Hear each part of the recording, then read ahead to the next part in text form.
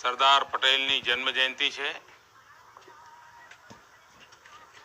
અખંડ ભારતના નિર્માણમાં એ મહાન શિલ્પી રહ્યા. મહાત્મા ગાંધીજીના જીવનની સફળતામાં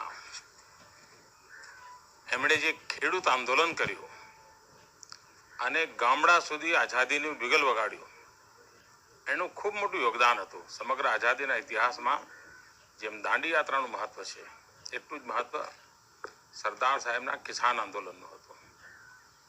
આ મહાપુરુષે દેશ આઝાદ થયા પછી દેશને એક કર્યો, એના તરફથી લોકો પરિચિત છે. પરંતુ શાસન વ્યવસ્થા એમાં ગુડ ગવર્નન્સ કેવી રીતે હોય, અંગ્રેજો ગયા છે તો હવે નવી શાસન વ્યવસ્થા કેવી હોય, એમાં ભારતીય તત્વ કેવી રીતે આવે, એના માટે ખૂબ સજાગ પ્રયત્નો કર્યા હતા. અને પ્રયત્નોનું પરિણામ પણ છે કે સમગ્ર એડમિનિસ્ટ્રેટિવ સિસ્ટમ અંગ્રેજીયતના માનસિકતામાંથી બહાર લાવવામાં સરદાર સાહેબને સફળતા મળી હતી. ગુજરાતની ધરતી પર આપણું એક સપનું છે કે સરદાર સાહેબની એક ભવ્ય પ્રતિમા બને. સરદાર સરોવર ડેમ પાસે સ્ટેચ્યુ ઓફ યુનિટી અને જે સ્ટેચ્યુ ઓફ લિબર્ટી છે એના કરતાં પણ બમણી ઊંચાઈનું બને. એના માટે સંબંધિત વિભાગો જે કે પરીક્ષણો કરવાના હોય છે જમીનના વગેરે, એનું કામ શરૂ કરવા માટે સૂચનાઓ કરી દીધી છે. ખૂબ ઝડપથી એનો ક્લિયરન્સ મળે અને કામ આગળ વધે એ દિશામાં આપણે પ્રયત્નશીલ છીએ. केवड़िया में स्टैच्यू ऑफ यूनिटी पर सरदार वल्लभभाई पटेल को श्रद्धांजलि अर्पित की. Statue of unity Sardar Patel को समर्पित एक भव्य स्मारक है जो भारत की एकता को लेकर उनकी संकल्पना का सशक्त प्रतीक है. विश्व की सबसे ऊंची प्रतिमा के रूप में यह हमारे राष्ट्रीय गौरव और सरदार पटेल के सपनों को साकार करने के सामूहिक संकल्प की प्रेरणा शक्ति भी है. आज उत्तर प्रदेश राम राज्य के नए युग में प्रवेश कर चुका है. आज अयोध्या धाम दुनिया की सुंदरतम नगरी में स्थापित हो गया है. कितने लोग अयोध्या गए? विकास दिखाई दिया ना. काशी में काशी विश्वनाथ धाम कितने गए? आप मुझे बताओ. मोदी जी प्रधानमंत्री हैं और डबल इंजन की भाजपा की सरकार है, तभी ये काम हो पा रहा है ना.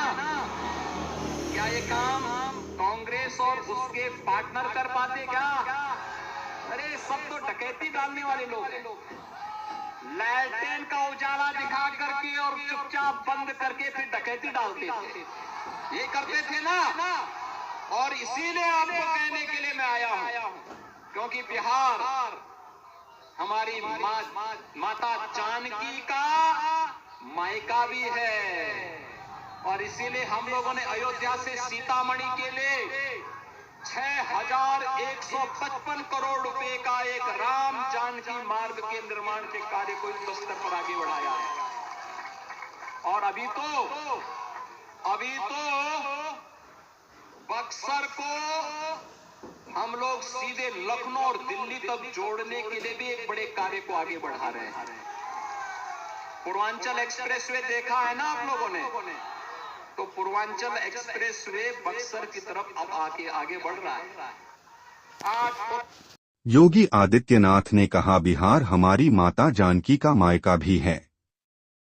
इसीलिए हम लोगों ने श्री अयोध्या धाम से सीतामढ़ी के लिए 6,155 करोड़ के राम जानकी मार्ग के निर्माण कार्य को युद्ध स्तर पर आगे बढ़ाया है. बांग्लादेश की अपदस्थ प्रधानमंत्री शेख हसीना लगभग 1 साल से भारत में रह रही हैं. पिछले साल 5 अगस्त को बांग्लादेश में तख्तापलट के बाद से वह भारत में हैं. ऐसे में अब शेख हसीना ने भारत में अपने अस्थायी प्रवास को लेकर बयान दिया है. शेख हसीना का कहना है कि वह भारत में रह रही हैं और उनकी फिलहाल भारत छोड़ने की कोई योजना नहीं है. इसके साथ ही शेख हसीना ने कहा कि अगर बांग्लादेश में आगामी चुनाव में उनकी पार्टी अवामी लीग को हिस्सा लेने नहीं दिया गया तो लाखों मतदाता चुनाव का बहिष्कार कर देंगे.